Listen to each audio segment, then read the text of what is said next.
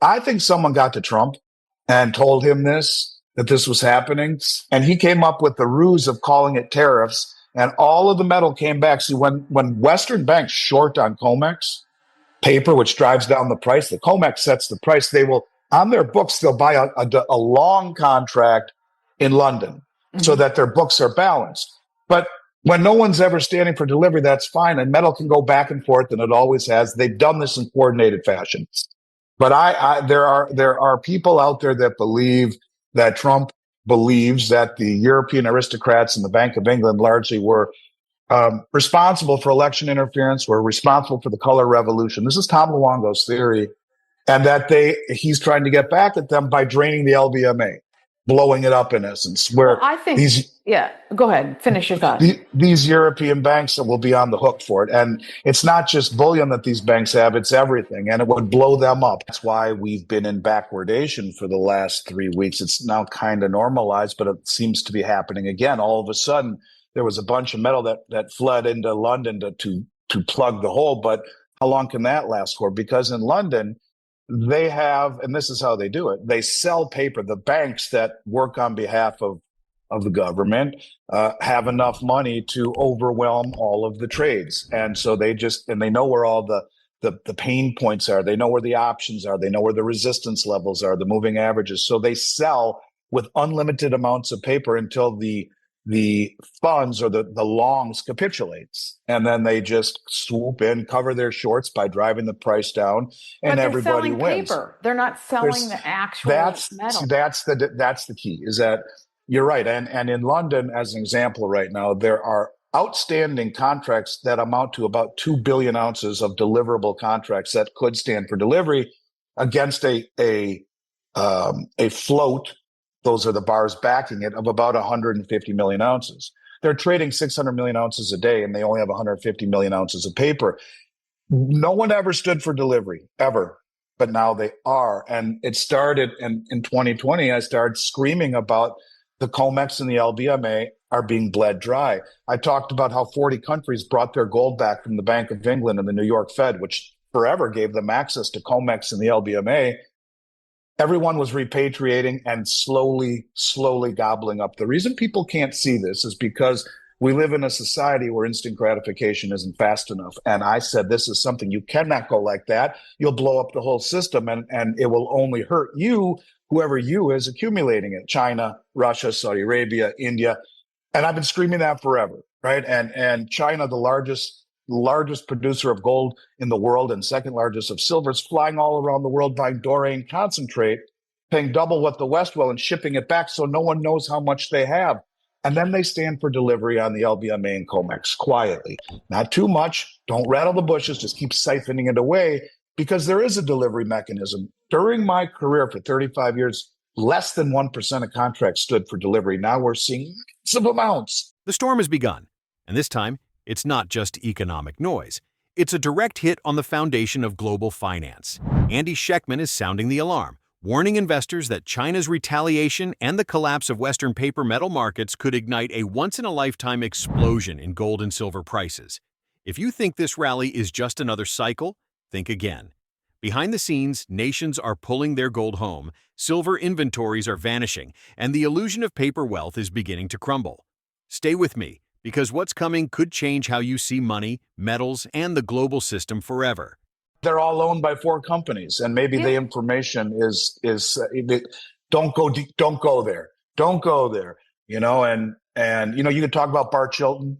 I may have said this on your show before, but Bart Chilton, everyone who owns silver and gold, silver in particular, should watch Chris Marcus's show, Arcadia Economics. Type in Arcadia Economics Bart Chilton.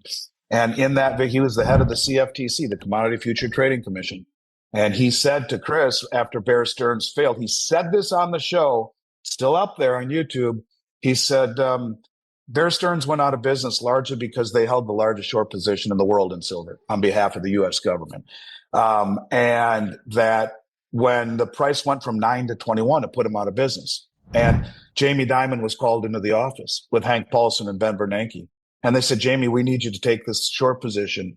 We need you to do this for us. And he said, fine, I'll do it, guys. I'm sure they worked out a sweet deal for JP, but I'll be in violation of position limits. That's okay. We'll give you like 90 days. Get your house in order. Take it. We're all good. And everyone wins. Great. At the end of the 90-day period, Bart Chilton went into his supervisors, which would have been Hank Paulson, the Treasury Secretary, and said, not only have they not pared down the short position, they've increased it. They're in violation of antitrust law. They're in violation of our agreement. They must be prosecuted. He said on Chris's show, and I quote, "They told me to back down, Bart. It's a political decision." Now, here's the crazy thing. Bart Chilton died very shortly after that. Week or two, he was gone. And they say it was natural causes, whatever. Bullshit. And maybe it was, maybe it wasn't. But what I am saying, so this has been a game that has been played at the ultra high levels. But for most of our lives, Sarah, these countries like China and India and Russia, less Saudi Arabia because of our alliance, which is now fractured. But all of these countries were not coordinated, motivated, sophisticated. They were borderline quasi third world. And now they're the opposite: wealthy, sophisticated, motivated, coordinated. And they say, we see what you've been doing with silver to rule the world with your military industrial complex and the copious amount of silver it takes to create and manufacture high-tech weaponry. We see what you've done with gold by suppressing it because you went on a 30-year run of suppressed interest rates. And if you have really low interest rates, Gibson's paradox says gold should go to the moon. It is the canary in the gold mine. So they stepped on both for different reasons. And if no one stands for delivery, if you just paper settle everything or roll the contracts over, use it as a casino, as speculation, or accept money instead of the real thing, which everyone did, great. The game goes on forever. When you build a system on paper promises, you can do that. That's Bernie Madoff. And what happens is the first client for Bernie Madoff says, I need my $40 million back. Okay, here you go. And then it starts to snowball. I need mine back. I need mine back. And then they see that it's becoming difficult to get the money back. And it really starts, we got you. And so I think someone got to Trump and told him that this was happening. And he came up with the ruse of calling it tariffs. And all of the metal came back. See, when Western banks short on COMEX paper, which drives down the price, the COMEX sets the price. They will, on their books, they'll buy a long contract in London so that their books are balanced. But when no one's ever standing for delivery, that's fine. And metal can go back and forth, and it always has. They've done this in coordinated fashion. But there are people out there that believe that Trump believes that the European aristocrats and the Bank of England largely were responsible for election interference, were responsible for the color revolution. This is Tom Luongo's theory, and that he's trying to get back at them by draining the LBMA, blowing it up in essence. Where I think go ahead, finish your thought. These European banks will be on the hook for it, and it's not just bullion that these banks have; it's everything, and it would blow them up. And the way you would do that is before they figure it out, you say, no, it's tariffs. We need to bring back our long contracts to cover our shorts because people are standing for delivery. We don't want to blow ourselves up. And all of this metal comes back. Now, if I had to guess, fine line between conspiracy and reality, maybe the U.S. government said, fine, you bring this all back because we are going to, things are changing with silver. It's going to be a critical mineral. Things are changing with gold. It's going to back the back end of the treasury market, as I've talked to you about before with Judy Shelton. And you cover your positions, get your house in order, but you're going to sell that gold and silver to the Treasury Department under the guise of the Exchange Stabilization Fund, and we're going to house it because we need it. So you get your house in order. We're going to take the gold and silver off your hands. Everybody wins. And who gets left holding the bag? The European central banks. Now, who sold, as I mentioned the other night? The European central banks. Who bought? Or commercial banks. Who bought?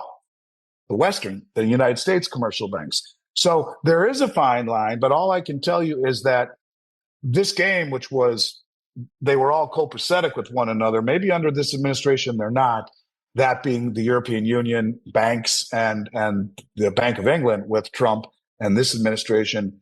But now it's almost like every man and woman for themselves, get as much as you can, bring it home and hold it, reshore it. It's not about tariffs. It's not about arbitrage. It's about reshoring this stuff and integrating it into the system. So it's going to be very volatile, very interesting. But if one of these banks in London at the LBMA failed to deliver, this is when the whole system can blow up, because the systemic chain reaction, if HSBC Bank can't deliver, what does that mean about their interest rate program, their forex department, their securities department, everything? You would see a run on the banks, and the contagion and the systemic chain reaction, poof, just blow it all up. It's a big deal. Well, I think sure. that, according to Andy Schectman, the heart of the global metal system, the COMEX and LBMA, is now running on fumes. For decades, Western banks have manipulated prices using paper contracts, shorting gold and silver to suppress their true value. They could do it safely, as long as no one stood for physical delivery. But that game is ending. Today, Schectman says, real buyers are demanding metal, not promises. Nations like China, Russia, India, and Saudi Arabia are quietly draining London and New York vaults, repatriating gold, and buying up global silver production at premiums the West refuses to pay. In London alone, he notes, there are nearly 2 billion ounces of paper silver contracts versus only about 150 million ounces of actual metal, an impossible ratio that exposes the fragility of the system. For years, less than 1% of contracts ever stood for delivery. Now, the number is soaring, creating backwardation, where spot prices rise above futures prices. Schectman calls this the smoke alarm of a broken market, proof that real metal is scarce and trust in paper is vanishing. He draws a parallel to Bernie Madoff's scheme. As long as no one asked for their money back, it worked. But once people demanded redemption, the illusion collapsed. The same logic, he argues, applies to metals. When enough investors and nations insist on physical delivery, the leverage pyramid built on unbacked paper, silver, and gold will implode.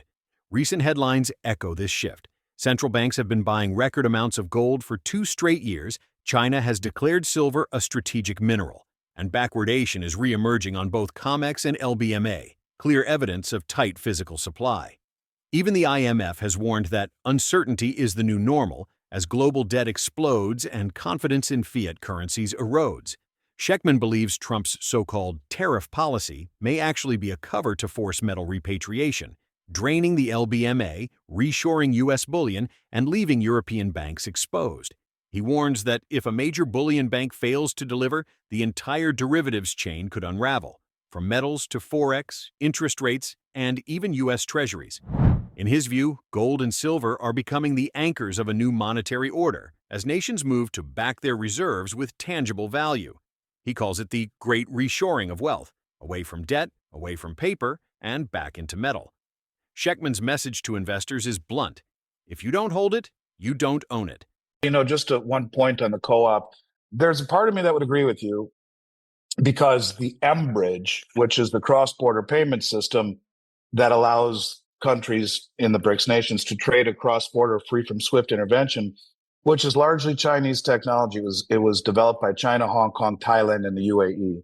Saudi Arabia became the 5th partner in it, and it was all done through cooperation with the BIS Innovation Hub, which is a Western institution and the most powerful bank on the planet. And at the 12th hour, when they were rolling it out, the BIS pulled out and said, we can't be part of any technology that would allow these countries to sidestep Western sanctions. And it pissed off the BRICS really badly. And now it's called just BRICS Bridge, and they no longer have that affiliation with the BIS that they did. Who knows where things are going? All I can say is that we are moving from a system that is based solely upon trust on a bankrupt nation and their treasuries, which can be sanctioned and taken from you. And we're creating debt right now at a clip of $1 trillion over the last 71 days. I mean, that's just unsustainable. So at some point, things are going to break, don't know what it is. And so when you had mentioned to me the IMF and Kristalina Georgieva. Well, let me quote, they said, buckle up. It's going to be, and they just said this within the last 2 weeks, buckle up, it's going to get rough. They said, buckle up. I don't remember what else they said behind that, but essentially it's going to get rough. Right. And Kristalina Georgieva, I have cited her repetitively, and I'm looking at the article right now, and where she says straight up uncertainty is the new normal and look around, I would say to you, she's right. It is. You got wars all over the place, trade wars with China, supply chains breaking, governments shut down, inflation.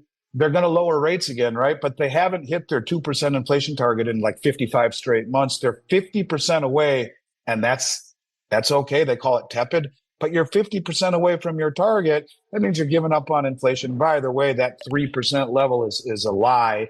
we know this. John Williams of Shadow Stats, who just measures it the way they used to, would say it's 11. But even at 3%, which is a bunch of crap, they're going to lower rates again, pouring gasoline and giving up on the dual mandate, in essence, by letting inflation run hotter to, stabilize the employment market. But who knows? Who knows? It's devaluing the dollar. And that's what this is all about, saving in dollars, and you're in big trouble. But, the IMF says to the governments, in essence, get your act together, build up your savings, modernize your systems, support innovation and trade. Sounds great in theory. Right now, 60% of this country, Sarah, has a reading proficiency of no higher than the 6th grade. That's true. I know, 60% of this or something percent. Yes. Oh my God. And yeah. 60% it doesn't have a college education, and people can't write out a check for $500, and we're broken, we're insolvent. And so they're not listening to this program. No. And that's why I think Trump is doing what he's doing. And we've talked about my thesis of bringing back manufacturing and how it would have to happen. But a massively devalued dollar, a bond market in the back end pegged to gold, and the Genius Act, which will, whenever people move money, provide synthetic demand for U.S. treasuries and run the front end of the market. The interesting part about that is that Tether, who is making all the profit between the treasury issuance and the stablecoin issuance, they get to keep it. They can't transfer it. They're buying gold and Bitcoin. And gold will go to the moon so they can devalue the dollar and peg it to the back end of the bond market. And I believe they'll let Bitcoin run and constantly pull the rug on it in order to pay down the debt. So, what happens next? If this system of paper promises finally breaks, prices won't just move, they'll explode. And those holding ETFs, certificates, or futures will discover they don't actually own what they thought they did. Ask yourself, do you hold real allocated metal you can take delivery of? If your broker or exchange failed, could you still access your gold or silver? And how would you react if central banks suddenly revalued gold to stabilize collapsing currencies? Andy Schectman's core warning is clear. The era of trust-based finance is ending. When the Western paper game collapses, only those holding real metal will remain standing. Gold and silver aren't just hedges anymore. They're lifeboats in a storm of debt, inflation, and de-dollarization. So, what's your move? Will you wait for confirmation, or will you act while there's still time to secure your position before the crowd rushes in? If you found this analysis valuable, smash that like button, subscribe to the channel, and ring the bell so you don't miss the next deep dive into the truth behind gold, silver, and the global monetary reset. Drop your thoughts in the comments. Do you think the gold-silver reset has already begun? Are you holding physical or still trusting paper claims? Thanks for watching. Stay prepared, stay informed, and remember, in a world of paper promises, real wealth shines brightest.